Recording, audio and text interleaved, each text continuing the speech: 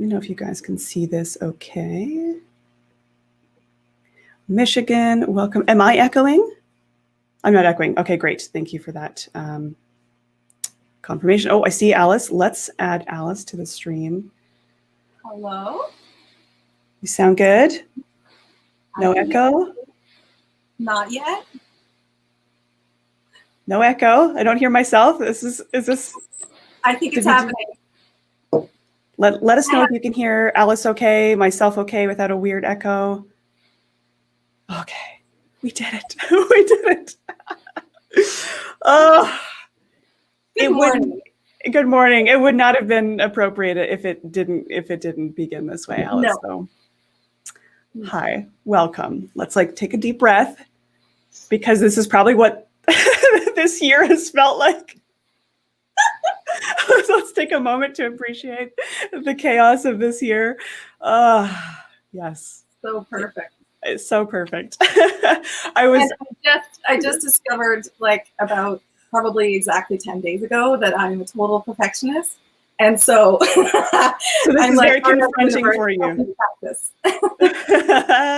I think all of us, this year are learning to let go a little bit, for sure, or a lot.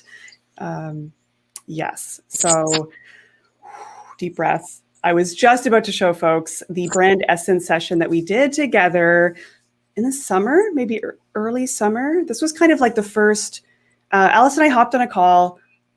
I kind of had a girl crush on Alice. I was just really attracted to everything that you were doing with the ethical move. And I was like, okay, well, what's the first, what's a way that I could work with you? What does that look like? And Alice suggested a brand essence session, which she did. It was incredible. There's an audio of it that she embedded. She delivered this inside of a Notion document. And I was like, yes, my people. It was such a beautiful, beautiful document, and so practical, so functional. So I could jump in, check out the intake questionnaire, the recording of our, was it an hour and a half or almost 2 hours of our session together, distilled all those ideas into this beautiful document here, content pillars. There was so much good stuff here. And this kind of kicked off a whole redesign process that we went to. So I just loved our session together, and we've sort of since had some really fun conversations on Marco Polo, and I feel like we've gotten really vulnerable very quickly, and there's just a lot of conversation that we thought, oh yeah, no one really seems to talk about this stuff, and maybe it would be fun to actually have some of this conversation out loud and really address some of these interesting conversations and challenges that we've been struggling with maybe in the past year or longer. Yes, absolutely. Oh, thank you. I loved our session. And if you look at your Notion board, it says June 30, 2020. So yes, it was summer. No, we definitely had a good time. It was also just so cool to see someone use the Essence session for what it was meant to be, and actually put it into the work and see and then you showed me sort of a glimpse of your redesign, and me going, oh my gosh, you took my advice. It's happening. And it's just, it's one thing to send someone off with a board and go, okay, well, this is the core of your brand. Good luck. And then actually seeing it come to fruition and work, it blows my mind. Still, I don't quite understand what I do yet. I love that. I don't know what the magic is yet, but there's some sixth sense sort of thing anyway. Yeah, no, I think a lot of people can relate to that too. At least I certainly can too. If anyone here is a little bit of a generalist, where you feel like you're maybe good at a lot of different things, design, strategy, drawing, there's all sorts of different skills that we have that sometimes it can be really hard to communicate your value. And then especially now as people are transitioning and switching gears and, renaming, rebranding, kind of reinvigorating what they're doing, everyone's kind of in transition a little bit. So I think a lot of folks can probably relate to that. And yeah, let us know. I'm curious if anyone here in the chat has actually gone through a really major either rebrand or repivot, or, oh, I used to do X and now I think I do Y. Let us know if you've gone through that kind of transition. Yeah. And Mark, yes, this is actually separate from the Notion course. Mark is in my Notion Mastery course. So sometimes I do these live stream events that are just kind of outside of the actual course material. So this might be a little different than what you're used to with sort of the teaching and instructing. So, Well, and that's you're bringing up a really good point, because I think that, and this is where I will take the segue and lead us down the path to depth and meaning and all of things. I feel like a lot of folks, at least in my immediate community, are pivoting, are changing, are reevaluating, both based on obviously the pandemic, but then also what we saw in the spring, just the general global revolution, I find, of everything and everything that we hold dear and what we want to stand for, and who do we support, and how are we allies, and how are our businesses important in the world in that way, and how are they used as as a political power.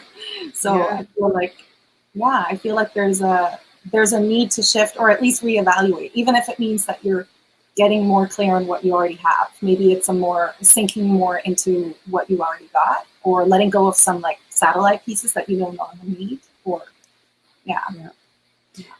Feel So Alive was asking, what is brand essence? How would you define that? Yeah, great. Let's do that. A brand essence session is really a 90-minute, my first offering within a cascade, to develop your brand purpose. So it really goes into your values and your vision, and the connection between the two, and then how you build everything else within your brand and your business around that. I strongly believe the brand is your second strand of your DNA when you have a business. So having that really dialed in makes all the rest of the decisions and all the things that you do in your business easier. That's how I see it. And brand essence is really just sort of the first step to go into the first foray into what is really underneath everything, and not just the how do I look good and what words do I say, and I don't know. I feel like there's a lot of emphasis placed on the external part of a brand, or the stuff that I call above the surface. And I really like the deeper work, because I think it actually is more sustainable and more beneficial to your business.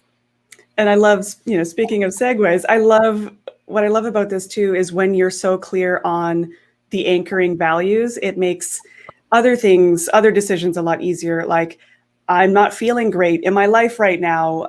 What matters? What gives me life? What gives me energy? Right? Going back to those things. And if you haven't done the work to really anchor into what is that feeling that I'm seeking in everything that I'm doing, so that brand work, I think, especially if you're a business owner or a solo entrepreneur, doing that work, I think, is so fundamental and lays the groundwork for, should I take on this project? Should I collaborate with this person? Well, is that bringing me closer to that goal?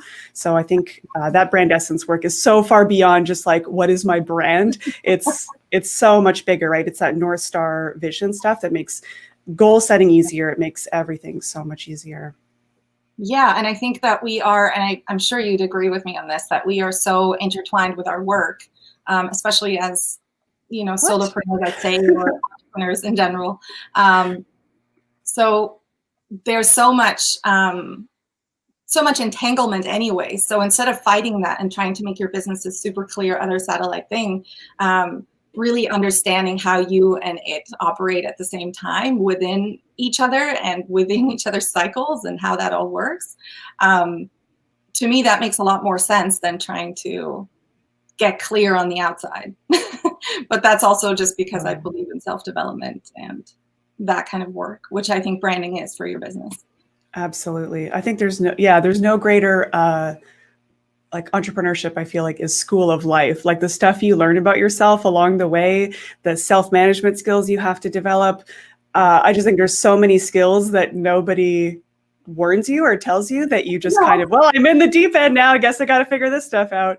It's pretty intense. I know, here's all your fears and all of the deep secrets that you have, and let us expose them. Yeah, yes. As Lisa said, it's life altering work. Absolutely. And I feel like no matter what pivots happen then too, like you can change the kind of work that you're doing, but I'm guessing those values and those anchoring, underpinning values never really change, or maybe tweak a little bit. But I think they might shift a little bit as you go through life. Maybe something that used to be, I don't know, ease, maybe it becomes presence, or maybe there's like slight shifts in how you grow. But I honestly feel like the more you can root into values, like if you do the real work and you get values that really, really represent you and call you forward too, not just, tell you where you are, but also tell you where you're going. Yes, I love that. Because like one of my values is courage, and that is intentional because I want, there's always new boundaries to sort of step into vulnerability and step into like today, and then having to restart my computer because nothing else worked. And then I have my value going, it's fine, this is what we trained for. But yeah, I feel like those never really change, and that's why I think that all of the sort of like day-to-day and the decision-making and everything can relax. I feel like, and this is back to, our topic of uncertainty, we process so much all the time. We're so much in like what I guess psychologists call ruminating, where I call it the churn, where we're constantly thinking about things and analyzing things and trying to stay on top of things and trying not to miss out on things and feeling like we're making the wrong decisions. And all of that really is based on trying to find a place of security and safety outside of ourselves. And then all it really becomes is a lesson in going inward and reestablishing that connection. And that's probably a little deeper than you think branding goes typically, but I feel like that really is what you do for your business when you have really clear goals even, or like a really clear vision that's not attached to any specific metrics. Well, I mean, this brings us into another interesting conversation around therapy, because I do feel like a lot of the therapy work that I did was so intertwined with business. And a lot of it is around, especially if you run your own business and you have a whole identity around your business and that chronic overworking, right, or people pleasing and those sorts of things. A lot of the work, I sort of believe like how you do something is how you do everything. So the way you show up in your life, like those things trickle out into every place that you show up. And so there was a lot of work that needed to get done, because that stuff is going to keep showing up with clients. It's going to keep showing up with collaborators. It's going to show up when you shrink and you don't want to put yourself out there in marketing. Like everything has the potential to kind of trigger us in these ways, right? Like marketing is right. Like being seen is like, that's definitely a thing I've had to work on for many, many years. I know a lot of us also feel that there's awkwardness around money. Like I'm greedy if I'm charging. There's so much mental work that needs to be done that I think we kind of underestimate. Like I'm a business owner, surprise. Well, yeah, and there's so like you touched on so many things. Aside from just having those responses or triggers show up in your business, the continuous work on them also becomes part of your business in a way. Like even understanding that you have a very clear trauma response in a certain way helps you navigate then, okay, so I have a very clear flight response, like super, like I will move to another continent to get away from stuff. I'm not kidding. Now that I know it, I'm staying, but it's hard. Like anytime I get to that point where I know I'm freaking out proper is when I'm like, that's it. I'm booking a flight back home. I'm done. I'm screw everything. And back home is Switzerland. So it's real. It's like the whole gamut. I don't think that's the right word. Second language issue.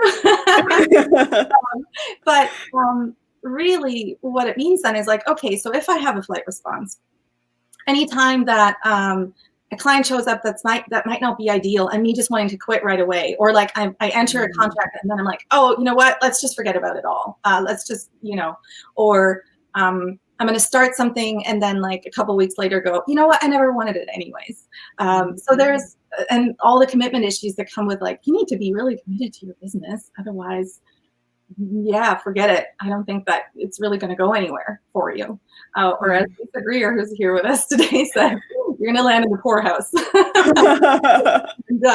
And so, like, if you're not committed, if you have commitment issues, then like the whole game of business then becomes, okay, how can I navigate that? Because a little bit of, response is fine because, our survival depends on it, I guess, to a certain extent. And all of it is, it's fine. It's fine as it is, but it definitely impacts business. And if we assume it doesn't and ride over top of it, like you said, then it keeps bumping into us as we go along.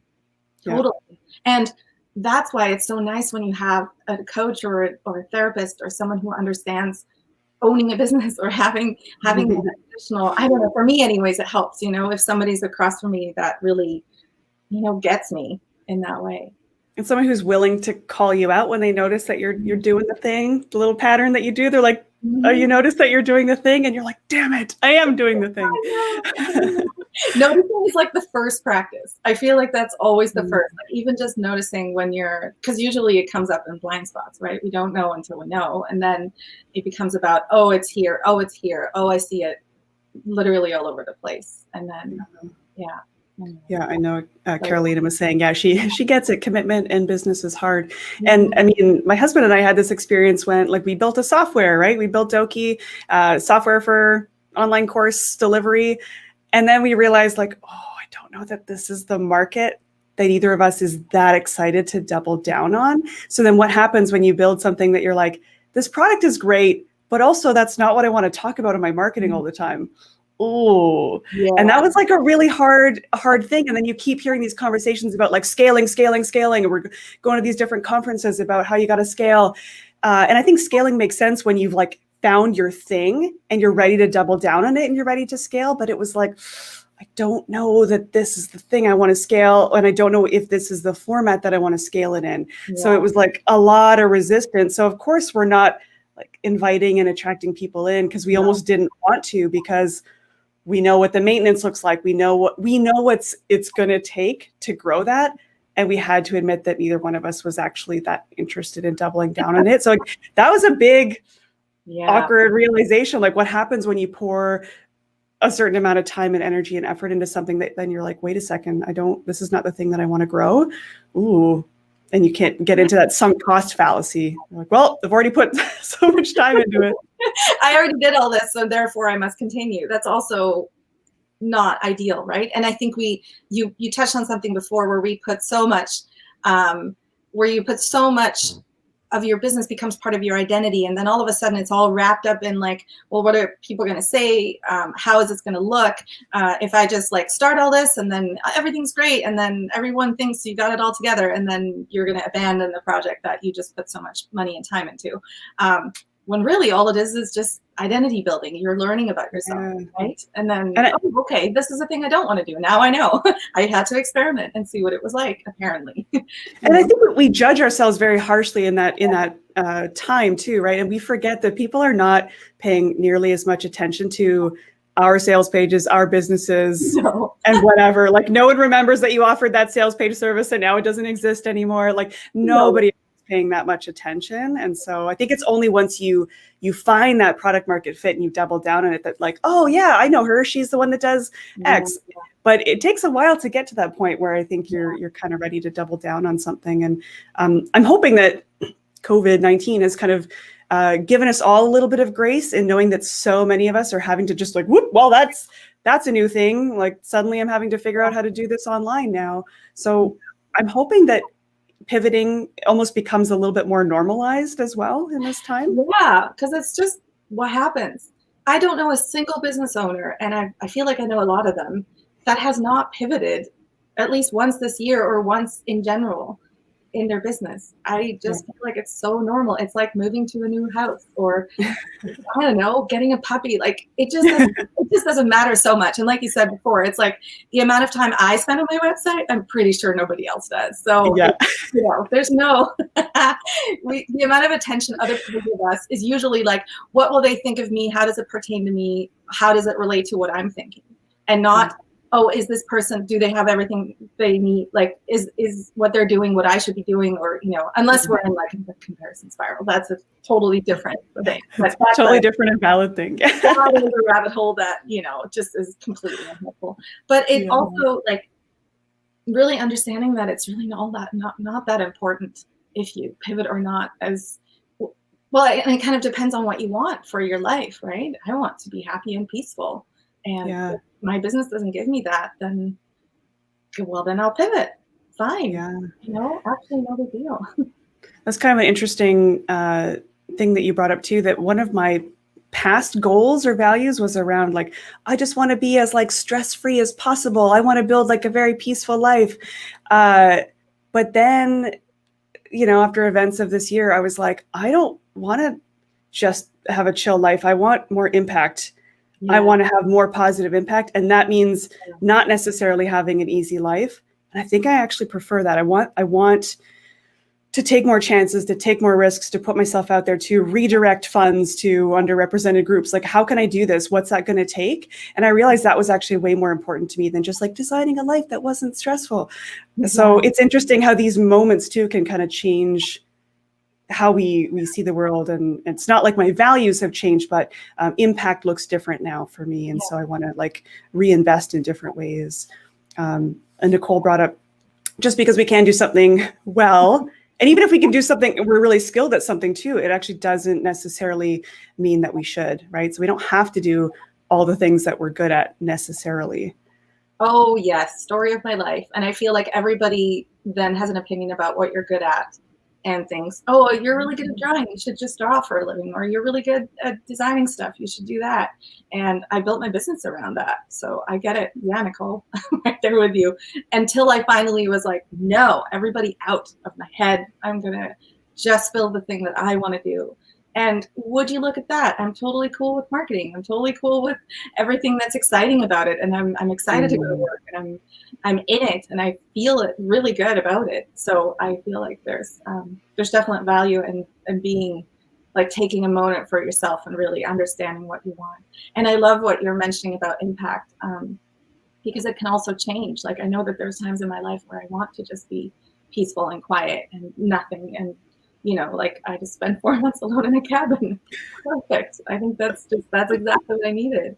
And now I'm like, all right, I'm ready for some living beings around me already. Like, yeah. like be with humans and dogs, and you know, be surrounded by life. So not only my thoughts trickle around in my brain, but I get to have input from the outside. You know, aside from, daily video calls with people, but.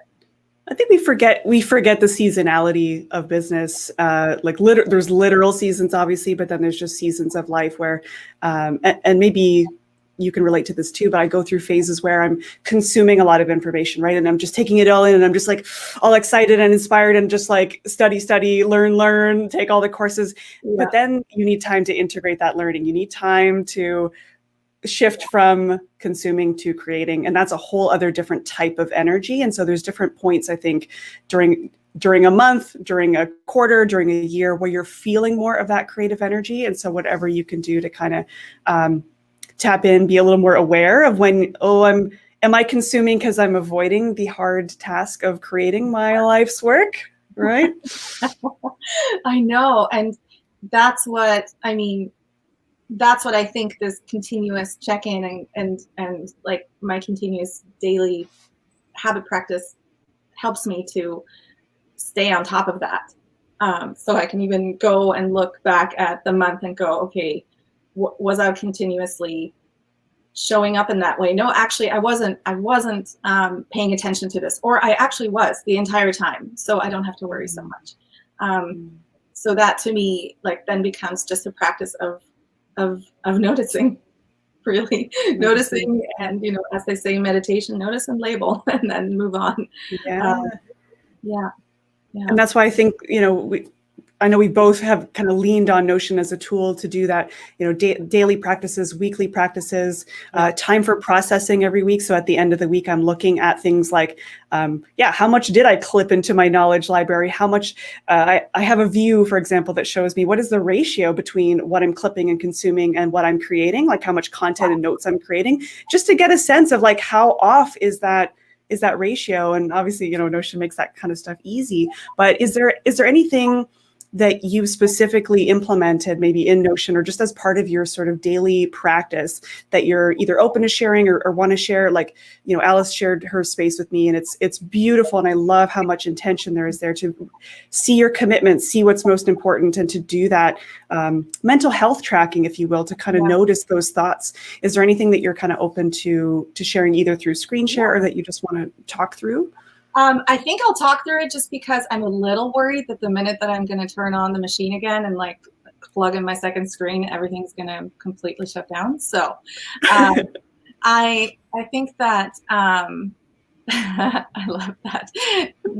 It's a tool to allow for contained fluidity. Thanks, Lisa. Yes.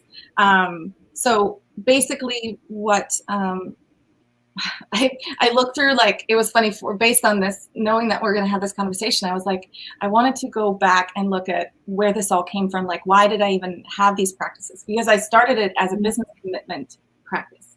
Like, that was the point when I first started.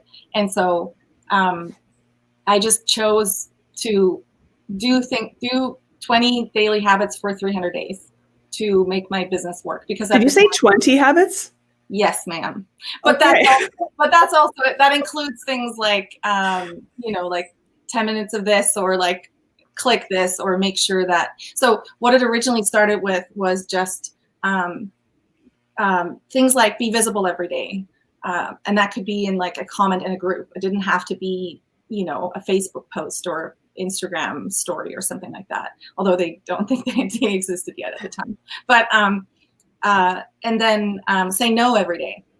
That was a good one for me to, say no. And it could be like, no, I don't want cream in my coffee. Or it could be like, no, I will not do that contract. Or no, actually, you have to pay me now, and not in a week. And then there were a few other ones that really just sort of like made me more gritty. Like, I felt like I was gaining confidence just by doing something every day, and then seeing myself succeed at it every single day. And the succession rate, like, I didn't have to do like a million things every day to feel successful. I just had to say no once. That was it. And it all actually came from like working with, even before that, working with a body coach, because I had severe body issues, like just couldn't be with it. Hated my body severely, to the point where I'm like, okay, now I need to actually get help. Like, this is not good anymore. I want to find a way to be loving to myself. And what we built was this, like, this person came into my life, and she was a nutritionist and fitness expert, like a personal trainer too. And we totally reworked everything, not just, what foods do I take in, but also how I do my daily life. And what we did was this practice. We created this practice for me that wasn't about, I'm going to go to the gym 3 times a week, and these are the ways in which I can be better, and then therefore I'm better looking, and therefore then I feel better, total fallacy. But what we did was we established a practice to roll out my mat every single day. And that was it. That's all I had to do. I didn't even have to exercise. I didn't have to do anything. I could stretch, I could lie on it, I could look at it. I didn't have to do anything. But what it turned out to be was like, I would do yoga every day. Like, I would do a little bit, and then a little bit more, and then, a bit more of this, and then sometimes a little less. And it was just, and then another one was to go outside every day. And because I was starting to become really, like, what is that called? A shut-in? Because I was totally. And so I, even just to bring the garbage outside, that was enough. That was enough for me to succeed the task for the day. And it had to be something that can be done every day, not on Sundays, but like every single day. That would be my practice. And I cannot tell you, like, aside from the fact that, yes, it made me healthy, it also completely changed how I viewed myself. Like, just totally overhauled everything that I knew about myself. I could trust myself now. Oh, I wish she was still working. She actually left that business pretty shortly after we worked together. Wow. So she's off doing her own. Oh, she's happy as a. I'm sure she's somewhere in New Zealand, maybe. I don't know where she is. She's traveling, I'm sure. Although, never mind. Keep forgetting we have a pandemic. Anywho, but the only point that I'm trying to make is that it was such a small incremental habit that started it, and changed how I could, like, now it's been 4 years, I think, and I can completely trust myself to take on anything, because I did that over time. And then those 300 days started where I'm like, I can trust myself to roll my mat out every day, so I can trust myself to do these 20 habits. And then I shifted them a little bit, kind of like what you do with Notion, where you set something up, and then you kind of take some pieces out, put some other pieces in, like, you experiment a little bit. Like, it's not, I even, like, during my 300 days, I'm in the middle of it, I'll be like, nope, never mind, that sucks. I'm going to totally change that. Have that amount of the necessity for, like, perfection in that way. But and that then became this, like, daily practice to try out new things. And then it became a focus. Like, then all of a sudden I was like, well, if I can do this for my business, But what I learned was self-love. Then what happens if I practice surrender? And then I learned about my identity. And then what if I practice freedom and I learned about my trauma? There was so much learning then to be done when I focus on a theme and like practices and habits within that and pushing towards that, but not like pushing as in like, okay, I'm going to really make this work, but just like incrementally doing things and watching myself do them. And like you do, like just tracking, just seeing what's there. Just noticing that maybe yesterday was a rough day. Maybe today the morning was awesome and the evening was shit. Yeah. However we decide that we want to track things, and also being very wary of our own, what is it called? Weary? I think that's the way to say it. Of our own like mind tricks where we're like, we have ways to make ourselves feel really bad. We can do that. Oh, yes, we do. Like making sure that the habits that we do every day don't actually create suffering and, difficulty for myself, but like something that's actually, not everything's easy, but I don't have to dig my heels into something just because I said I would or something, There's like so much awesomeness in what you just said. One thing that I really love is I would have thought like, oh, do 5 minutes of yoga would have been like step one or something. But like even just rolling out the mat, like how can we make it even tinier and even smaller? Can you just put your running shoes by the front door? Like, what is the smallest thing you can do? Absolutely. And that then leads to more. Like that's the cool thing.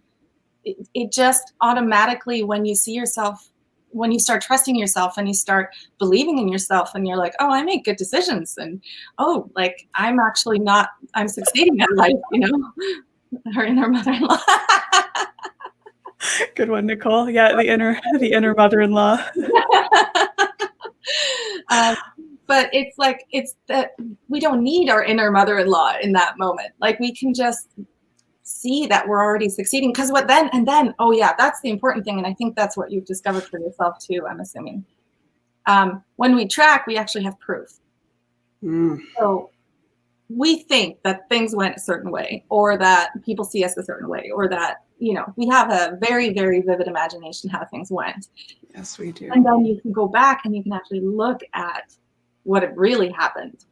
And from there, it's like, oh, I know those texts were totally fine. They were totally fine. I just had it in my head that they weren't what I wanted. Or, I did right by that person. It wasn't actually monetary. And just being able to go back and saying, oh, no, I wasn't actually that unhappy that summer. It was totally fine. Or, even things that we, in retrospect, we're like, oh, I just like everything was terrible. The whole vacation was crap, whatever, everything went wrong when like it was literally one day where you had a bit of rain, but you don't know until you see the proof of it. And I kind of had to establish that for myself. Yeah.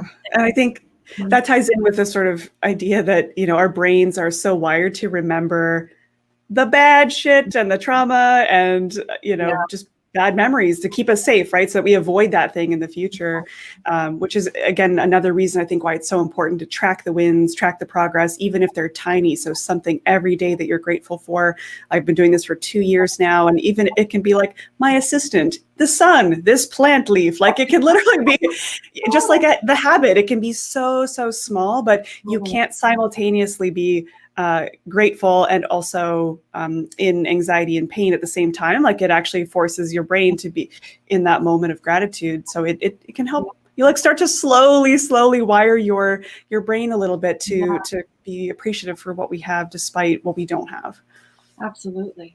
Totally. And I know that you have I know you go really granular with your tracking and your connections and your relations in Notion. Like, I don't think I could do it to that extent, but you mentioned something about how you, oh gosh, what was it called again? Your database. Like, what was that again that you track? There's like the feelings database. There's I picked 3. Which one is it that you're curious about? Because we wrote it down and I was like, oh, I want to know more about that. The improvements database? Yes, that one. Let me open up my improvements database while we're looking at this. Okay, so I have I used to track every day. It's like gratitude, a win, something that challenged me, and a way that I could improve the day. Like, what would I do differently? And then I realized a bunch of them were the same every day, all the time. And it was always like, move your body, get outside. Like, they were always kind of the same things. Or like, stop checking your phone, before you go to bed. So I was like, clearly these are happening enough that I should make a database for this. So let I love that. hang on here. I love that your go-to is a database.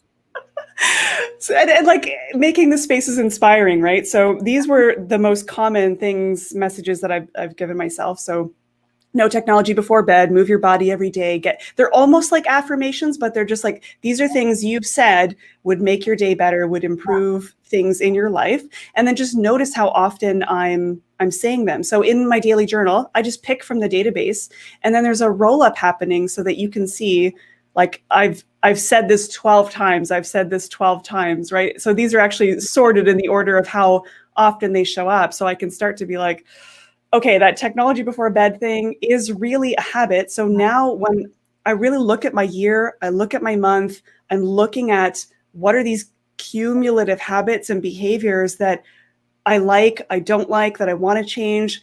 It's in my control to do something about it. So how do I need to add friction so that it's harder for me to be just leaving my phone on the bedside table? Like, what are those things I can do to help myself? And like the move your body every day, maybe now I need to build in a little prompt that's just roll out the yoga mat every morning. Just roll it out. Don't even worry about moving your body. Just roll it, So these sorts of things are how we can, I think, use technology to add friction where we need more friction and make it a little bit easier to remember what is most important. So that's totally. This is amazing. This is, I'm sure everyone in watching right now has the same like thing that when you show something, we're like, I want that. I want to do this. Yeah. I want to copy this and also do it. And then I copied all of your ways of doing things and have to like completely backtrack and like kick stuff out because I'm like, I can't go that granular. I will actually probably murder an animal if I do that. That's a really horrible thing to say. Anyway, go on. Well, this is what I track on a daily basis, right? So action, like what's the thing that I need to do today? We won't go there. Flow, did I feel I know what that is. I don't know what you're talking about. Did I feel loved today? Did I feel in flow today? Like, that's another thing I want to track. And again, like, what you measure, what matters, right? So if part of what I want out of my business is that I feel super aligned with what I'm doing and I just like can't wait to wake up in the morning and I'm just loving what I do, I want to get to a state of flow and I'm not in reactive mode. So I want to track that. Did I reach a state of flow today? Did I win the day? Which is, did I do the one thing that I said I needed to do today? Yes. I used to do this 3 words that would describe the day, but now I do it as a feelings database because a feelings database is way more fun. And I do a ton of stuff with this feelings database too. So I can actually jump into, I have a page called Mood, and I can be like, feeling overwhelmed. And then it pops up like, what are the activities that I should do? Because if you're feeling overwhelmed, don't look at your to-do list, get the F outside for a walk. Like, take a breath. Take a break, go get yourself a glass of water, take a walk around the block. You don't need to do more like, oh no, like I'll just set a Pomodoro and do more work. No, if you're feeling overwhelmed, I think you actually need to zoom out, not zoom in. So there's, again, all these things are things I've learned from 2 years of daily tracking with the journal. And I've never been able to do this before. But I find it more playful in Notion. Like, it's more fun. So this feelings database, I think it's hilarious. I can see all sorts of hilarious data in there. I can see what words I'm using most often to describe my day. How often am I feeling anxious and all that good stuff. And again, I just treat it like information. It's not judgment. It's just, hey, let me notice how often I'm using the word overextended. Well, what can I do about that? So I'm not a victim to my own schedule. Move your body here. So I have an activities database. Right? So I can see how often I do these activities. Knowledge Hub. I also have a roll up too, so I can see like what topics am I learning a lot about. So I can look over the last month or 2 months or a year if I want to, and see like, what are all the topics that I've put my time into. If anyone else here is like an online course junkie or whatever, right? Like I buy tons of courses. I'm always doing lots of courses. But I want to make sure that the courses that I'm taking are actually aligned with what is important to me right now. So, right. Like you said, having that word that is a guiding anchor for me, courage was my word this year. And that's probably why we like connected this year. I'm like, yes, putting yourself out there, being seen. So, learning more about YouTube, learning more about video production and things like that. That's been a really big focus. So I can notice in the course of a year, like where my attention was kind of going and where I was focusing, which I find just really interesting. So effectiveness, energy levels, happiness, move your body, knowledge, notes and ideas. So this is where I can start to see what are the notes and ideas that I'm producing and how much am I producing compared to what I'm consuming. Content calendar, gratitude wins challenges. So you can see improve used to be a field, but now it's a database, right? So I can put that in. And entertainment. You have to keep all those in because otherwise it would delete your previous.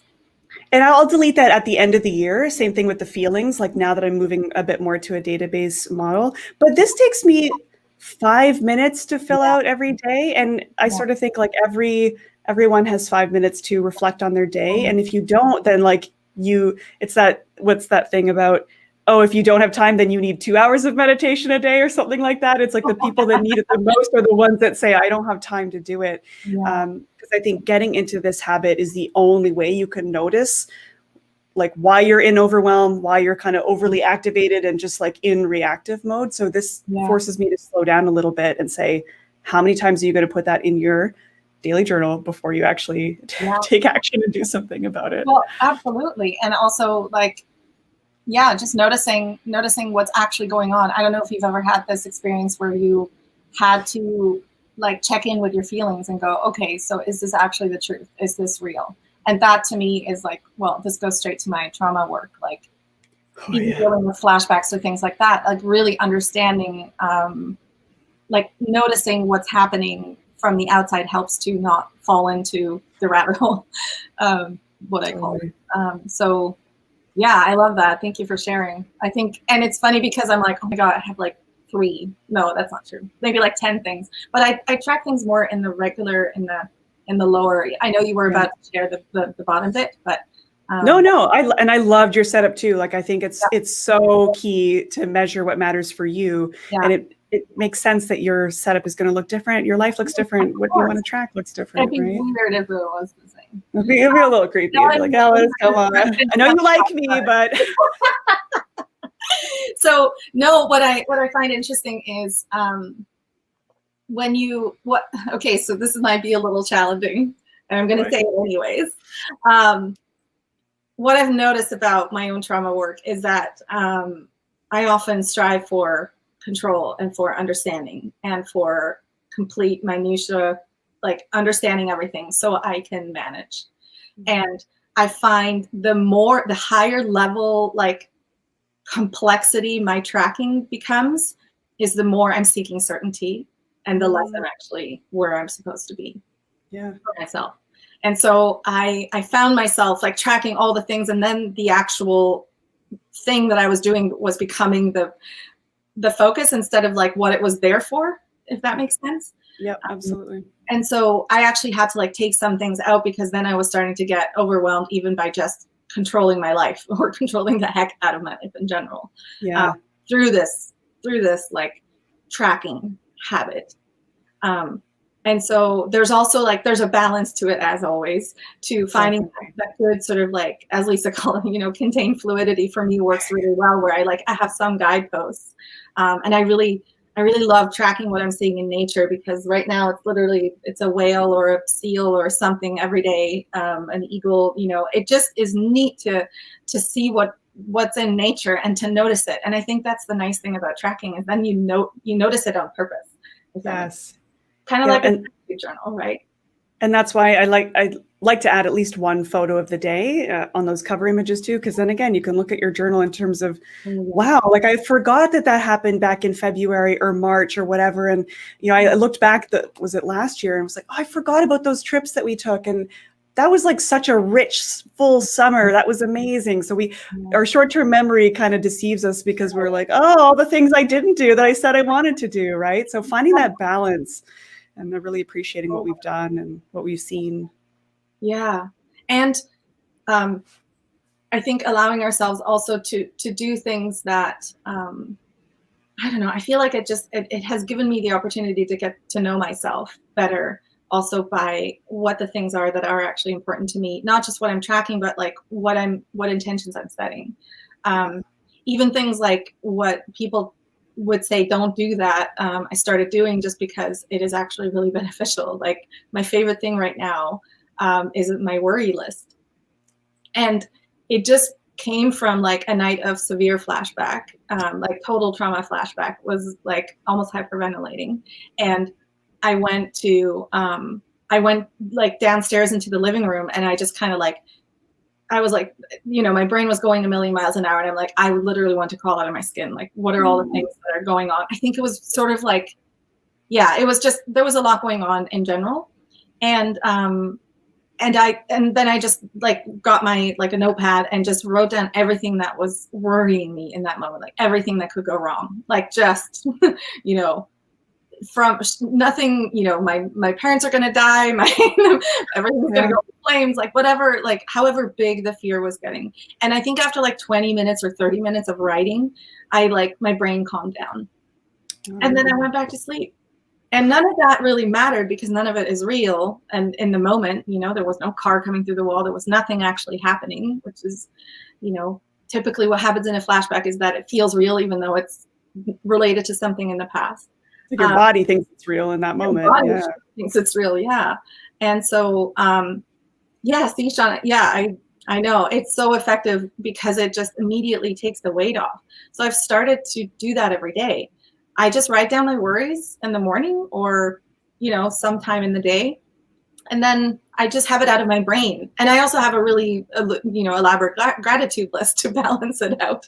And I'm thinking for my next 30 days, I definitely want to have like, I'm excited about list or something to add because I want to focus on the good. And Linda, sorry. It's really funny because I have like all my notebooks spread out. This is how it started. These are like 4 years of tracking in like individual, there's like 3 more books in front of me. I just took them out of the box because I couldn't believe that I did that.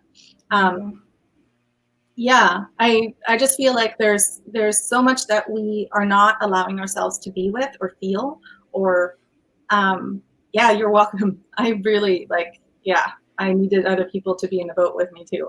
Trust me, it's not a fun place to be on your own. It also sometimes is just intentionally lonely too, because you need to get your stuff in order. But even like the reaction of like not being okay with those feelings, like now slowly I'm starting to understand them as they're just there. They're just feelings. They're going to happen. Just like the other day when we talked and I was like, I just had an anxiety attack in the night and I needed to sleep a little longer in the morning. Yeah. No big deal. It's what happened. None of information. It's information. My brain just had a bit of a meltdown. Thank you for your input. Yeah. It's like I appreciate that you think everything's going to go wrong or what are all the things that you're worried about. I know that they are not true because I've been tracking my worries. So I can tell that I've had the same worry for the past year or whatever. And I'm like, yeah, it's fine. I get it. Thank you. I really understand that was because of an abandonment issue from when I was a kid. I get that you're trying to protect me. It's fine. I'm okay. I'm still here. All got our weird stuff that shows up in weird ways. That like sometimes I'm like, what is even like, where did you pick that up, little one? Like, when did you decide that was going to be a thing? Lots of unconscious stuff that just kind of gets pulled in. And that's why we love therapists. And I think similar to you, like my journey into therapy came from hiring a coach, right? Yeah. Working with Tanya Geisler, who's an incredible leadership coach, and working with her, I think highlighted some of the ways I was really playing small, but didn't know that I was doing some of those things. And so just having someone who sees all of your gifts and sees where you're headed way before you do, and calls out. And it's not like she told me I needed to go to therapy, but it was clear from our work together that, oh, there's past stuff that is keeping me from being able to do this future focused work. So let's like clear out this clutter here. And so I really, did the coaching with Tanya, and then was like, okay, it's time to go a little deeper on this personal work. So that was my foray. It sounded like with your nutrition coach, it was sort of like you're expecting this one thing, and then you're like, oh, I didn't know this was going to like completely transform how my relationship to myself. Well, and I've been in therapy and coaching for years and years and years, because one of the ways that my parts inside me that are trying to, navigate uncertainty, what they find to fix it is to have to fix it. That's basically the only thing that I can do. I can't possibly be with how it is. I have to go fix it. And so therapy, like I went down some roads, like shaman stuff, I can't even think. I think the one where I was like, all right, this is not even close to what I want to do, which was like a past life. Like some guy was like going to like, and this is because you were a witch and, in the Middle Ages. And I'm like, okay, I'm sorry. This is too far for me. I get that this is helpful to some people, but this is now, I need to backtrack. And I realized that I was actually these were all coping mechanisms, and I wasn't actually, or survival mechanisms really. And I wasn't actually moving forward significantly, because I was just trying to not be where I was emotionally, or even maybe even physically. I don't know.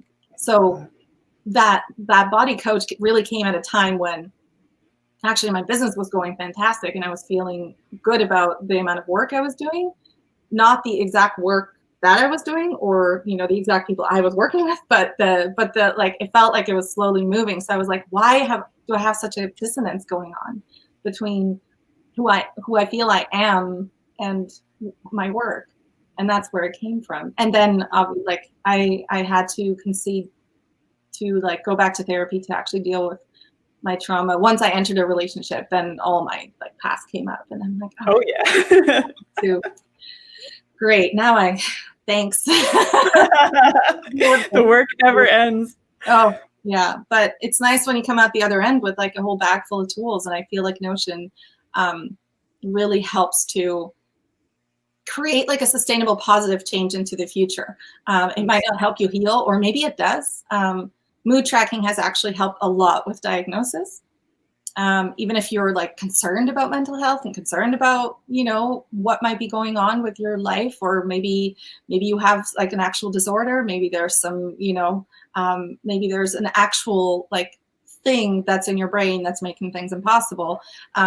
Tracking is a really great way to find out if you have it or not, because you get to bring it to your doctor or psychiatrist and go, so this is how it's been. And they're like, oh yeah, it's fine. You're okay.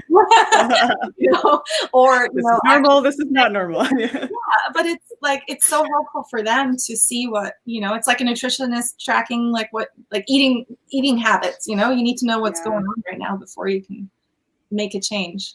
But yeah, I feel like, we have a tendency to grasp for certainty wherever we can. And the practice for me really is like being in these everyday moments and in these everyday habits helps me to stay present and not strain for that certainty at all times. Like this morning, total anxiety attack, like it's just for like 10 minutes. And instead of like calling all of my friends or, my mom or whatever ways I could find to fix it, to make it okay, I just was like, okay, what if this is like an awakening? What if this is something that I need to be here for? And then would you look at that, it vanished. Let it pass, right? Yeah.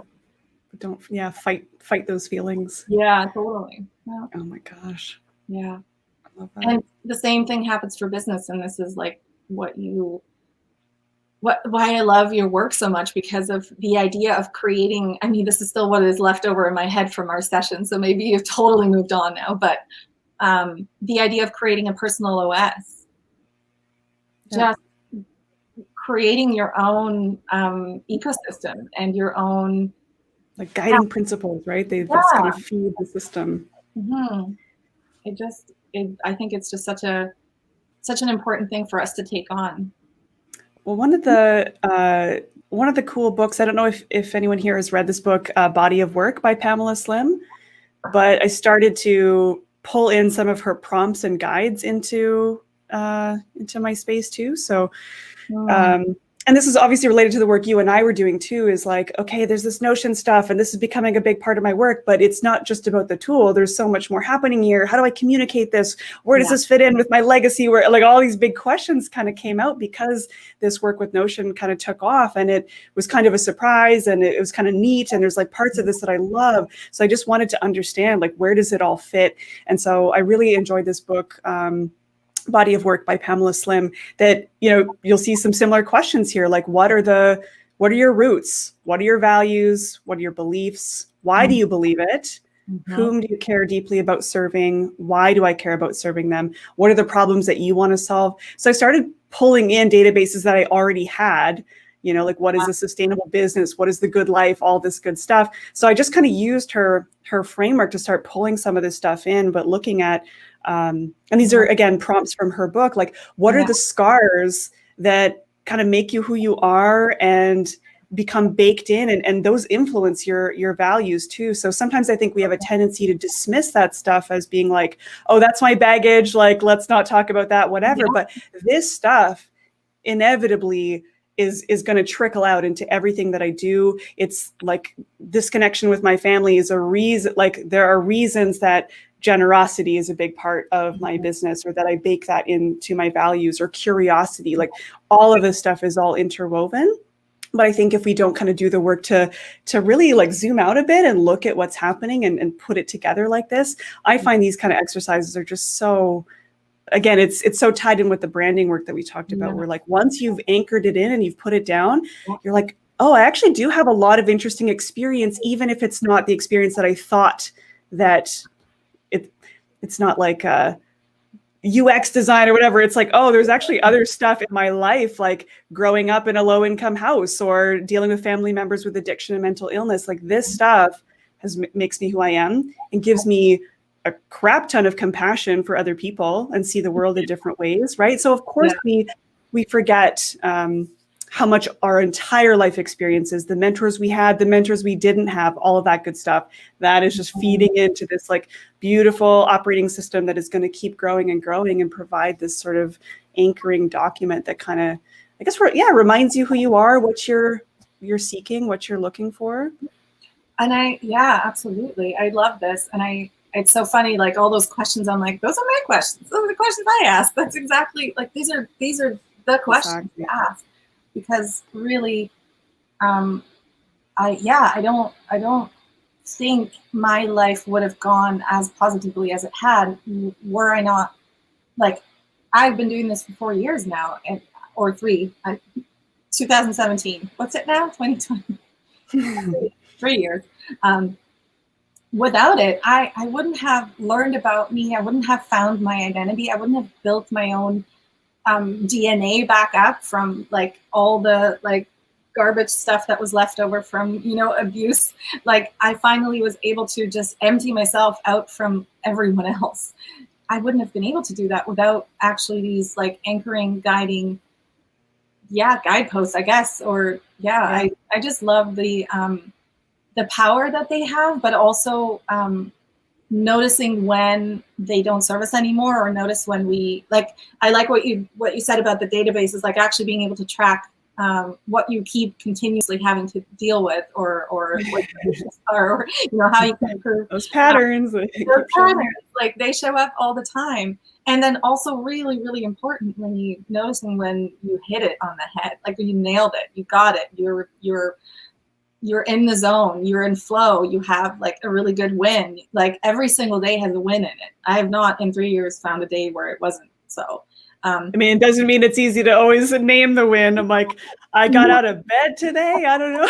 Yeah, but that's the thing. The thing is, we just need to trick our brains. Like honestly, I feel like our brains are just determined to have a certain narrative and a certain neurological pathway. So all we have to do is like, here's another pathway, and keep reminding, you know, your brain to go flip over to the other thing that, you know, where it's like, it's actually, it was actually a good day because I learned about, you know, my anxious thoughts brought up this cool new concept, or, you know, even just that understanding of like, oh, if I stay with it, maybe there's more freedom, and there's more freedom behind all of that. If I continuously stay in a situation where I am present and I allow all feelings, and I don't try and seek safety, and I don't try and fix it at all, maybe there's actually more freedom there than actually fixing everything and now I'm fine and now I never have a bad moment in my life and I'm finally free of everything. Like, that idea is so harmful to me anyways, because I think that there's like some elusive place I can get to, and you know, I chased that, you know, my own tail, I guess, in that for a long time. Don't we all? Yeah. You know, I feel like the place that I learned that lesson was in acting classes, which was very surprising. You know, I've mentioned this to some folks before, just signing up for the Supernaturally Shy intro to acting class, being like, okay, like now's my time. I'm going to like get comfortable on stage with other people who are like shy and socially awkward. And here we go. And I had no idea how much that class was going to transform me. That combined with therapy, I was like, whoa, this is like therapy on steroids, because you have to be so comfortable with your discomfort. You are so uncomfortable all the time. They're putting you in all sorts of crazy scenarios. And I just like cried through probably 75% of the classes. I'm not exaggerating. I really did cry through most classes, and I had to be comfortable with that. And I didn't have any control over it. It's like, my body is I'm so nervous in this moment. I can't actually control that tears are coming out of my eyes. And then you're like wanting to fight it. You're like, don't cry. Damn it, don't cry. They're going to think you're a baby, right? Like, some of these people are established actors and have much more comfort being on stage. But for me, I was like, this is the most uncomfortable my brain and body have ever been. But to learn to sit in the discomfort, I thought that I didn't feel anger. I was like, whatever, like, I'm a nice person. Anger's not an emotion that I feel, like, whatevs, like, I'm so even keel. And I just was like, I didn't even register anger on a chart. And it wasn't until acting classes. And my teacher picked up on it so fast, very quickly. And so she would choose these different exercises for each person to do, because again, like, I can't even begin to describe the kind of exercises that you do in class, but they're meant to be quite confronting. And we all experience a wild spectrum of emotions, right? So she's putting us in different scenarios where you're having to channel that emotion. You're not making it up. You're like tapping into something that you've experienced in the past and like setting that free in front of other people. I have so much more respect for actors now. Brain cannot even comprehend. But to put yourself in scenarios where you have to express anger when it's not actually about the person in front of you, but it's like, bring in whatever else, you know, in your past, to be able to work with that person.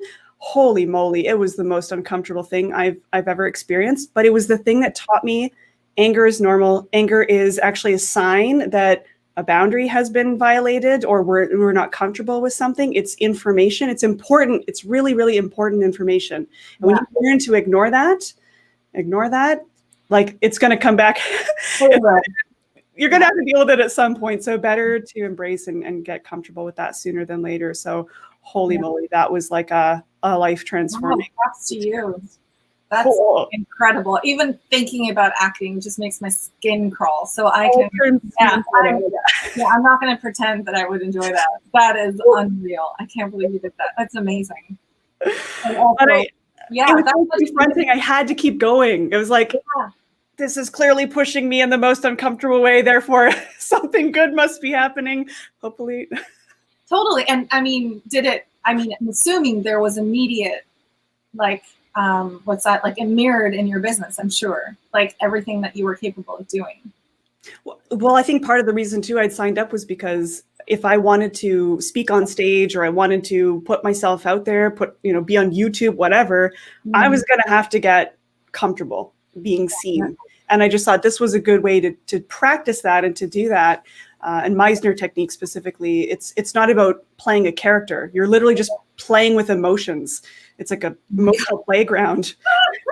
So it was the wildest thing. If I had known what the class was, I probably would never have signed up for it. And I'm so glad that I didn't know what I was in for, because I just think the the stretching and the learning that happens, it taught me to be comfortable being uncomfortable. Like that was just a normal feeling. I was like, well, like what else could be more awkward? Like let's dance sensually on stage in front of people with no music playing. Like what could be worse? Like it just, Oh my God. it's just bananas.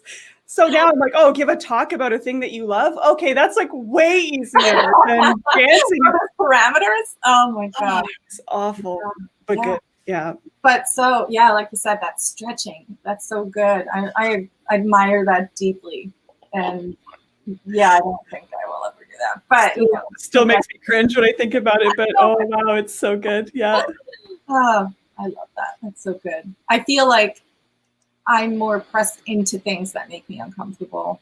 And then I have to, like, I don't think I didn't seek it out before. I mean, I don't know. Maybe saying no every day for 300 days was something that, but I like the small increments because I feel like they don't take over my, so that even, it gives me slight anxiety that I do remember wondering, I'm like, is this like shaving years off my life? Like, is this like bad anxiety? Because it felt so difficult. And I would walk home and I would just be crying because you're just like full of emotions. I was like, what is happening to me? Like, this is wild, but it's bringing up and getting comfortable with anger, getting comfortable with fear, being comfortable with anxiety, being comfortable sharing very vulnerable moments of yourself in front of 15 people that you don't know, that it's pretty confronting stuff for sure. So well, and it sounds very purging too. Like one thing that I noticed for when my trauma work hit at the level where I had to be uncomfortable and like constantly live in feelings that weren't what I wanted them to be, and resisted the heck out of it, obviously. And by obviously I mean just I didn't know how to be with it yet. There was also there was a moment where I felt I was on the other side of it, and I felt like I have more space now for like cool stuff.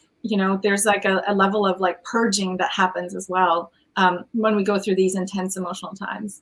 And like whether we put ourselves there intentionally or whether, it happens to us, so to speak.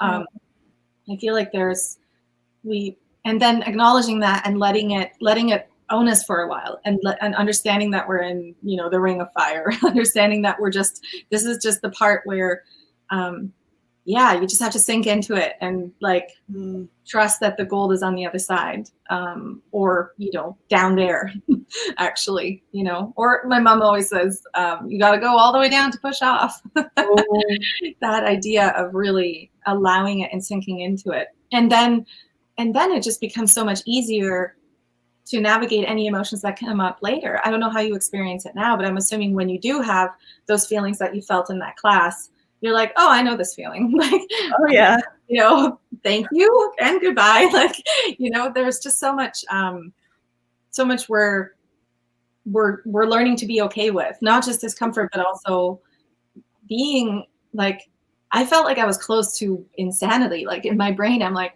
why? Like I was watching myself do stuff where I'm like, what is going on? This is not, why am I happening? What am I doing? Why is this so big?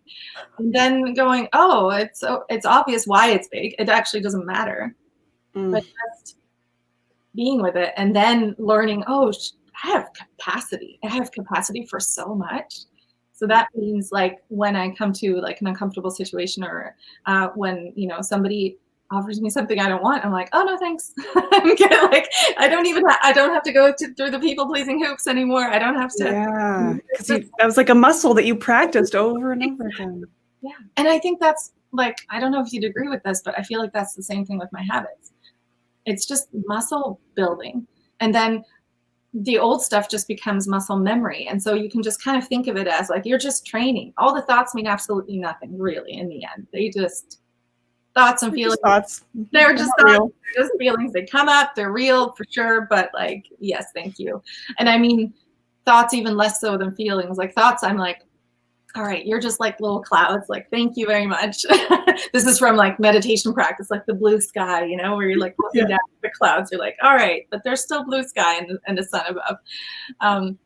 But when you notice that you're acting or reacting out of like an old predictable pattern, an old predictable thing that you used to do, you can kind of look at it and go, wait, I actually don't need to go down there anymore. Like, this is just an echo. This is not, I'm just doing this because I have always done it. There's actually no reason to do it. And then you can very simply let go of things that would have, if I looked straight at it and tried to fix it through, therapy or whatever, it wouldn't have happened. Or at least not in my experience, but maybe the combination. I'm sure it's a cumulative. I can't say that word. Cumulative. Cumulative. Thank you. Every now and then I have a word where people are like, "Do you have an accent?" Yes, I do. I would never have known that. English was not your first language. Yeah. Yeah, it's fascinating, and I feel like it all comes back to business in so many big ways. It's funny, actually, I wanted to share this because you were sharing a book. I wanted to share one, which is actually physical, because I received it from, where's the light, the best there.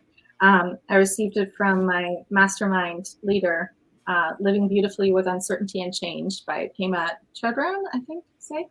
I received it in the mail, and it was the best thing because it really is, I feel like since I've read it or been reading it, it has totally shifted my ability to be with uncertainty. It has completely, I don't know, there's like a new, like there's no barriers anymore. It's blowing my mind. And I know that there's a certain groundwork that has to be done in order for things to sink in a certain way. But it's like, can I just share the first sentence? Please do. Mm-hmm. It is just unreal. So the first chapter is called The Fundamental Ambiguity of Being Human. And it says, as human beings, we share a tendency to scramble for certainty whenever we realize that everything around us is in flux. In difficult times, the stress of trying to find solid ground, something predictable and safe to stand on, seems to intensify. But in truth, the very nature of our existence is forever in flux. Everything keeps changing, whether we're aware of it or not. What a predicament. We seem doomed to suffer simply because we have a deep-seated fear of how things really are. Our attempts to finding lasting pleasure, lasting security, are at odds with the fact that we're part of a dynamic system in which everything and everyone is in process. That to me was like, this book. It's so when something's so obvious, you're like, it's so obvious and so simple, and yet when you say it, it's so permission giving. So permission giving. And so immediately I tried to, I feel like anytime you come to a big realization or a big thing enters your brain, I don't know if you have this, immediately my brain's like, no, reject completely, must go back to safety. Let's find the old way of doing things. Interesting. So I usually get triggered pretty hard by really positive experiences. I get triggered into whatever my brain thinks is safety. Yeah. And so this was the moment where and so immediately, every day I bumped up against wanting to scramble to fix things, wanting to scramble to find safety. And it blew my mind how predictable it was and how obvious I was looking for it and how clearly I was not able to be with how things really are, which is constantly changing. Well, and even again, just this year, oh my gosh, I'm just watching Friends with Children with the pandemic and just there's just, how do you even you can't, there's no precedent. There never is precedent. We just pretend there is precedent. So this is just really, in my opinion, is well, no, this is actually what life is like. It's just accelerated or bigger or amplified. More. Yeah, amplified. That's the word. But really, we never know. Really, there's always going to be something that happens that kind of shifts the ground underneath you. I just think that COVID just put us in what's it called? One of those little jars, scientists. I don't know. I'm saying words. I don't know what terrarium or beaker or We just became a really big experimentation. We just got put in the experimentation box, all of us. Yeah. And I think that I hope that what we take from it is this ability to go, well, I dealt with COVID. I dealt with, my business shutting down because I was making live events and now all of a sudden I can't do that anymore. Or I dealt with my kids being home and now I can't do, quiet recordings. Or, there's so many things that all of a sudden you deal with. And then find a way somehow. Yeah. And Yeah. it's, and it's a fallacy to think that it's never gonna, because it's just gonna from now on, and then we'll have a vaccine and then everything will be back to normal or something. Even the idea is like, yeah, and then we start our suffering again, because then we'll start over with like, oh, everything has to be Kind of suffering. Yeah.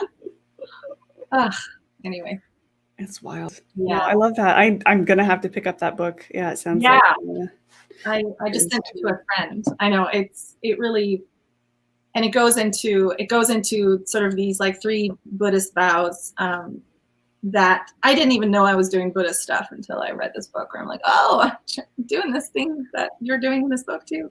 And it's blowing my mind quite a bit. There's one practice where you actually breathe in suffering and breathe out peace. I mean, that's a very simplified way of saying it, but like the idea that we hold, like we bring in what's difficult and not like, otherwise we're like, oh, just only joy enter me, or only good things can enter. But really saying, I'm going to take it all in and I'm going to breathe out the relief, and noticing that you can totally hold it. Wow. Yeah. The guilt because your business has grown over COVID. That is a whole other interesting conversation, isn't it? That's been a strange thing. And you're like, how do I celebrate, or how do I get excited about what's happening when it feels like there's just so much around me that's, and even like you and I, we live in the west coast of BC in pretty remote areas. And in some ways it sort of feels like we're in this weird insulated bubble where like there isn't really COVID nearby, but you're still kind of on guard, and it's kind of strange. Yeah, I agree. Especially so darn privileged to, like, I'm literally on an island and we don't have any cases. There's like some cases now on neighboring islands, which is kind of concerning, because an island is, in the end, that's going to happen pretty fast in the whole island. We know about Haida Gwaii already, of course.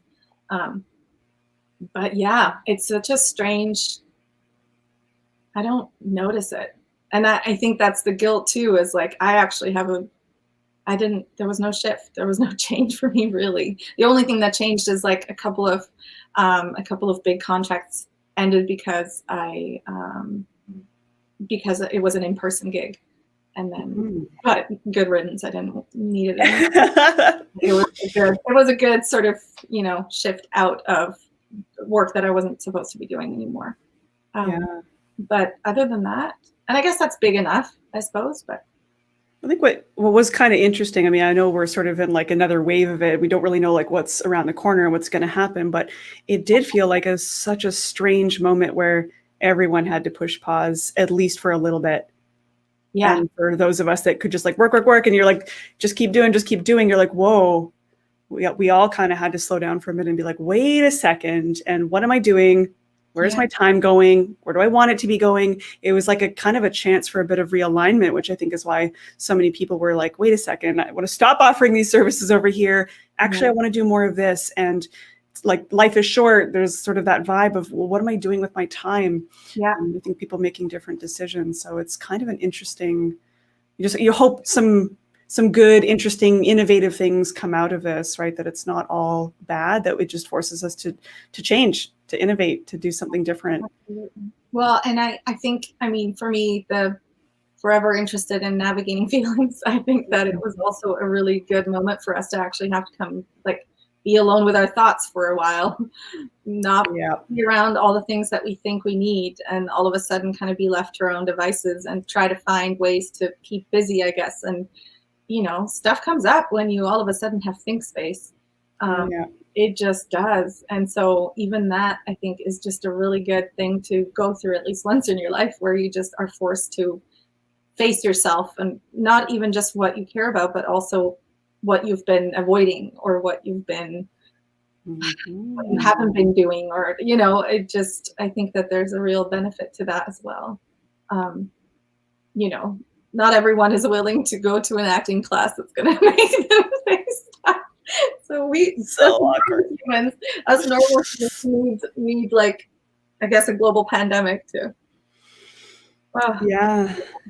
Courage. But those values.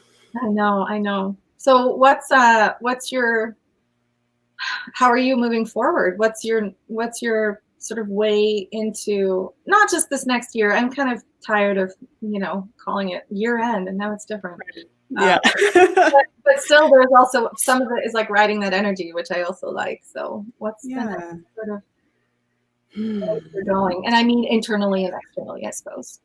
Yeah, I mean, usually toward the end of the year, and obviously with Notion now, I have so much of that data where I can filter things like, ooh, let's look at the feelings over the last year. Let's really look at those things. So I haven't done my review process yet, but I like to look back at that. And I referred this before to people, Susanna Conway's Unravel Your Year. She has this every year. She does this amazing, it's like a PDF. It's usually free. You sign up and you get this incredible document where you tons of questions to fill out and to really think about, like, what were those highlights? What were those memories? What challenged you? What do you want to do less of? What do you want to do more of? And really digging deep. And so before I guess, set my goals or intentions for the new year, I like to just anchor in and reflect on, like, what was I super excited about? And what do I want more of? What have I been avoiding? What have I been afraid to name?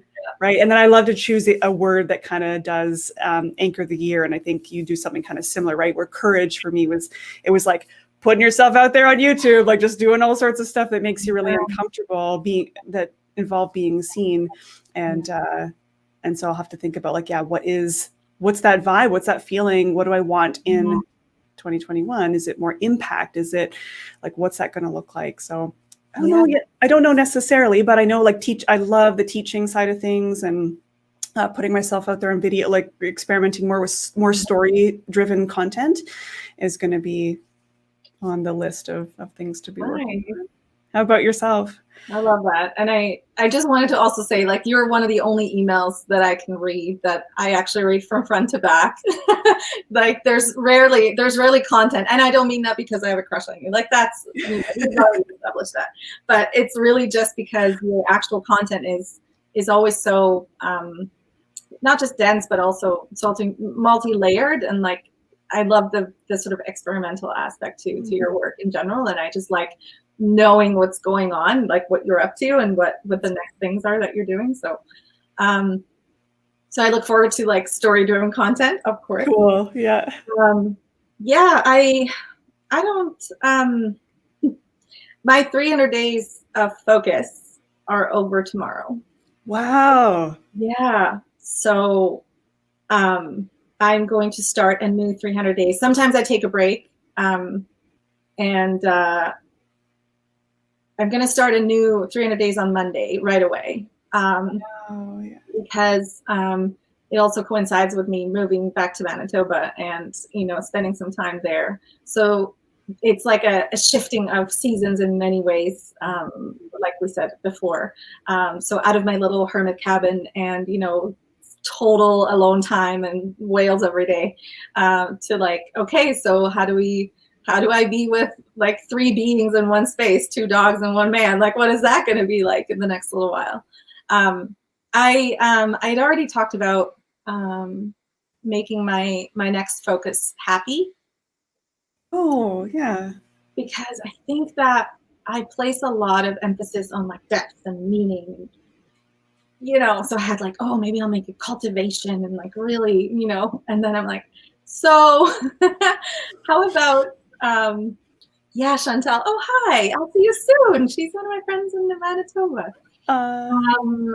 Yes, I have been asked that many times. It's funny. I actually, like, as I look through all my notebooks, I'm like, wow, there's some dense stuff in there. But yeah, the next thing, I want it just to be light.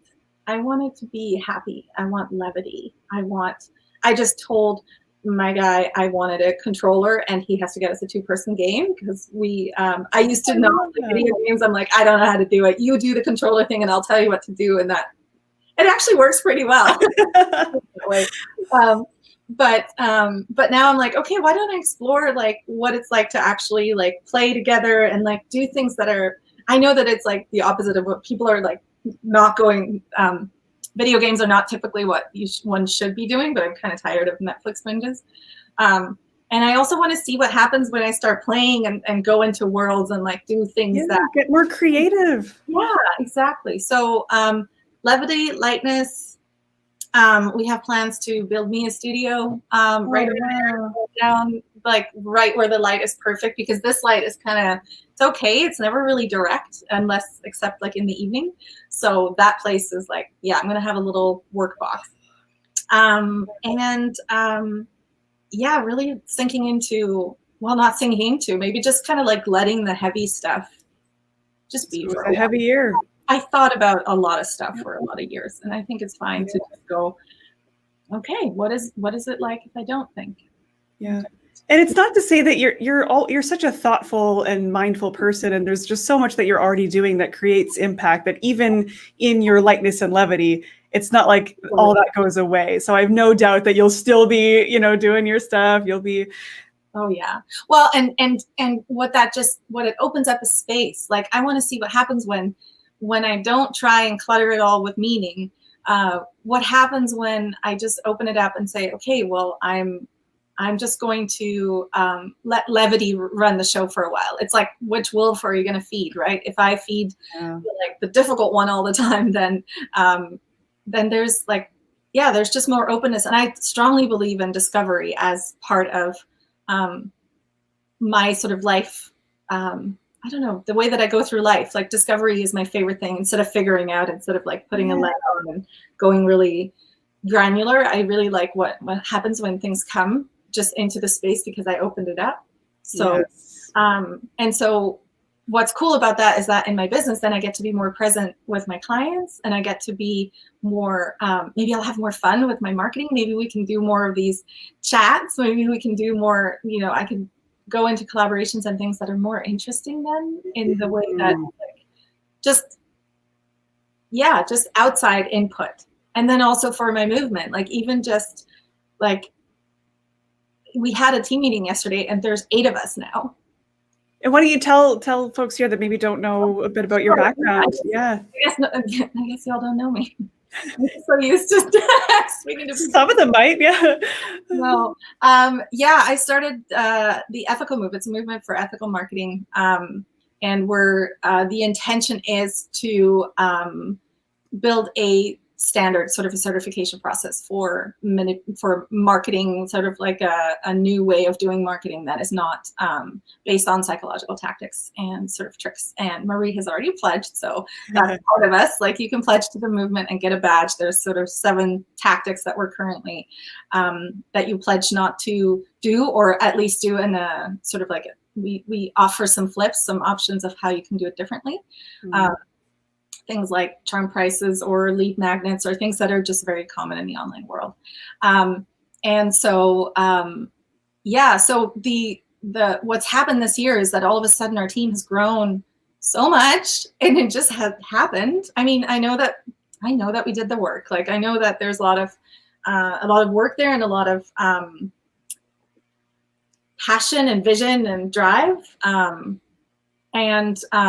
That was a commitment issue I had to get over. Oh, yeah. This spring was actually the moment when I was called out by Charlie Gilkey. He's like, "You're not actually committed to this."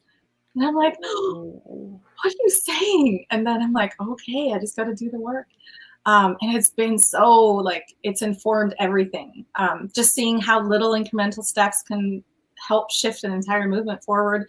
Not everything has to happen today. Things can be put off by a month. It's fine.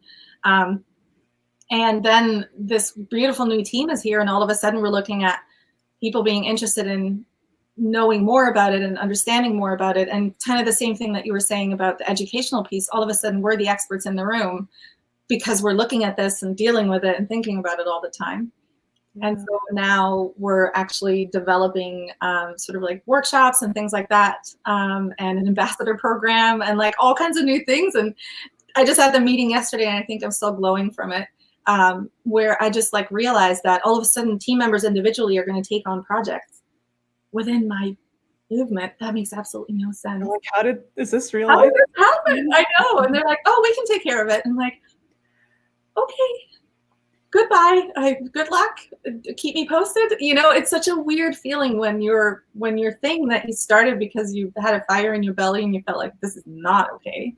And then all of a sudden, when you let go and let people help you, and then you find your people. That's exactly it.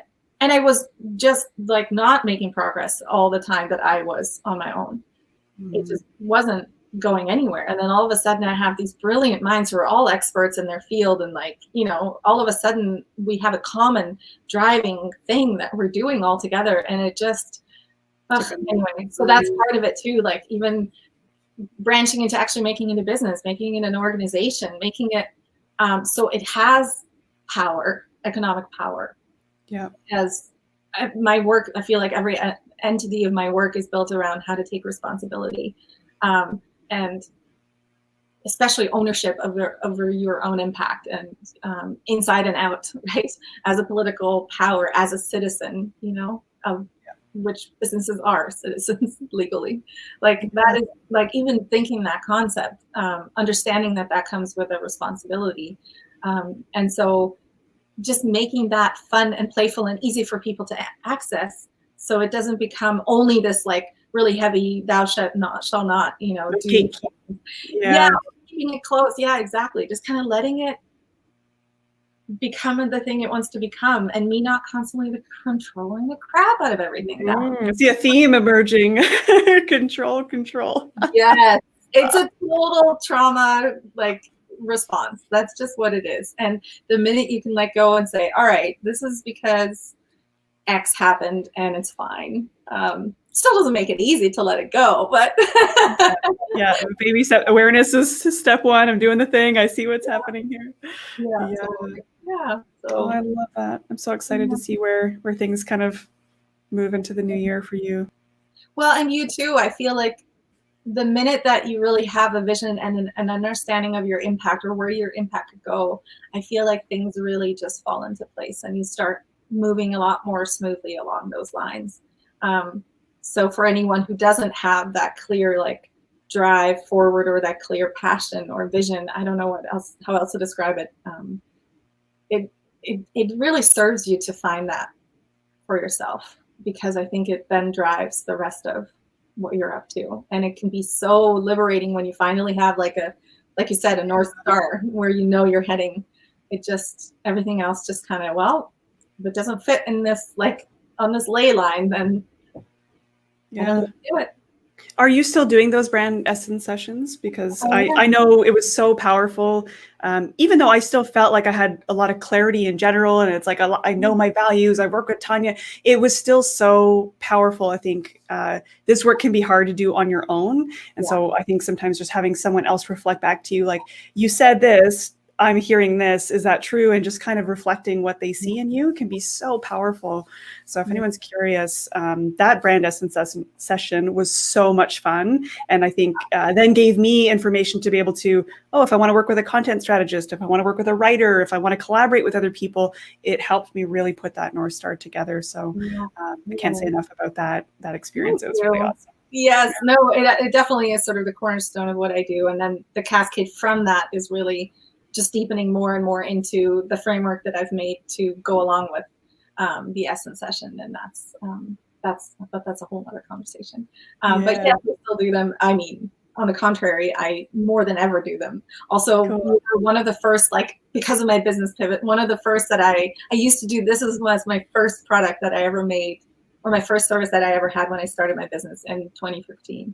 Wow. The essence session. And then so it's still there. And then it shifted, went away, and then it came back, and then it changed, and then it came back, and now it's like back, and I'm like, all right, I'm putting my foot down. You're staying. We're in it. I'm committed. Yes, finally. Oh God, that's another layer. I didn't even see that. Thank you. That's why we need other people to bounce this stuff off, right? Sure do. I know. Oh man. Amazing. Well, I'm hoping to bring Alice on for a future office hours, I think in the new year in January. And I think, are we leaning into like the journaling sort of mental health side of things, or are we doing more of your services based piece? Yeah, I mean, we can take it and we can do either, both. I'm also now finally in Notion because of you building my entire ethical move team and the Notion. It's going to be, I'm forcing everyone to come along, people. But I'm like, you know what? You just got to get on board. Yeah. So we can either dig into like what branding actually means, you know, how to do it in sort of like that contained fluidity where you take into account the movements of your life as opposed to putting it in a box and then you have to redo it every 3 years. Or one. Or we can go into the mental health aspect too, of course. Cool. It's up to you. Or we can continue these. We can also just keep talking for 3 more. We'll definitely have to do another one of these. But yeah, thank you everybody who showed up today and chipped in, had questions. I know it's Beautiful Living was the book that you shared that I obviously need to get, or Living Beautifully with Uncertainty and Change by Commissioner Byrne. I think somebody mentioned it in the chat too. Cool. Yeah, that was cool. And I need to get that body of work book as well. By Pamela Slim. Is it possible to use Notion without becoming an evangelist? I mean, I think it's possible, but it's very difficult, I think. Maybe someone's done it. Yeah, I don't know. I feel like the minute you're in it and the minute it is part of your entire life and it becomes that architecture of your life and work and everything, then it's really hard not to love a program or a software that can take on all of it. I feel like it just is capable of having the freedom and the flexibility and yet the constraints that you need in order to even get anything done. So Notion has out of all the tools, we all use a million tools. Out of all the tools, this one has been the only one that's actually sufficed in all the ways. And all that was in the way was me learning a bit more. But typically, not much, Yeah, I think no, you can't. Exactly. Actually, no, you can't. I know. I mean, who'd have thought I could literally build a whole business around my obsession with a tool? What the heck? I know. But then I'm so grateful to you because of you, I found Notion because I was interested in your stuff. And then I realized you were on Notion. And then some other people had some Notion ideas too, it maybe coincided at the same time. But because of your impact in my life has been so tremendous, just understanding Notion at the level that you do, because our brains work so similarly, I think. Yeah. It was so easy for me to look at how you've done things and then go, these are the 15 things I'm doing, the rest of the 30, that Marie does with all the deep databases. No, thank you. But I'm really grateful for the first 15. Yeah. And just noticing how, I spent a good 3-4 weeks really digging in and building it. Because I think you need to just allow yourself time and space and experimentation to do it. And that's fine. I think it can just be a project for a while. But since then, I definitely feel like that's where the brand framework came from. I sent you that in Notion because I knew you would appreciate it. And then I'm like, I can put all of this in Notion. I can just make this a thing that then can be used, and filled in. Let's not make this into a religious thing. But then again, it just seems like there's just certain tools are just really good for it. It's like Birkenstock sandals. You can't tell me there's better sandals. There's just certain things that work for your life, isn't it? Okay, I'm gonna get off this weird little buy Notion. Yeah. For the day. Not sponsored by Notion. No, we just appreciate it. It really is about that personal OS that you said. And I think that it's just great when you have a tool. If books work for you, great. If that tool works for you, then that's all you need. Yep. Find what works. That's what it all comes down to. Yeah.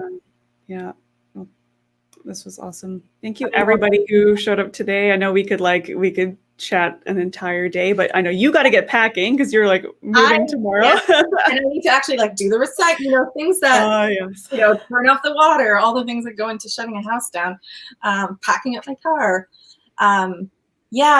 Thank you so much. This was so fun. And I know that we didn't get to some of the questions. I just get so wrapped up in conversation. There definitely was a couple that I wanted to still address, but this is change.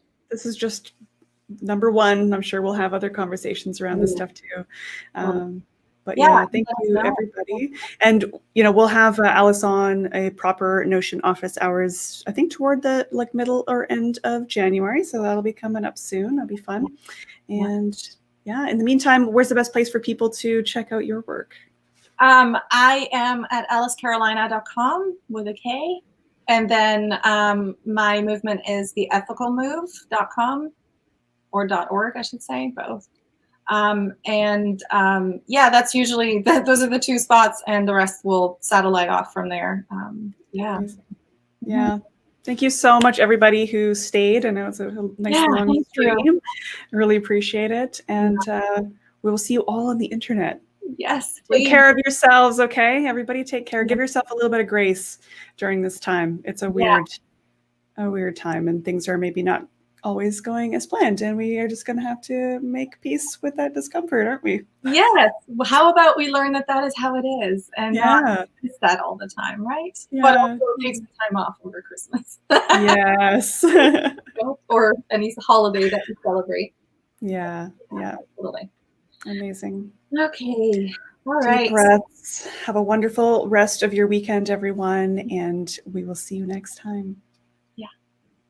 Bye for now.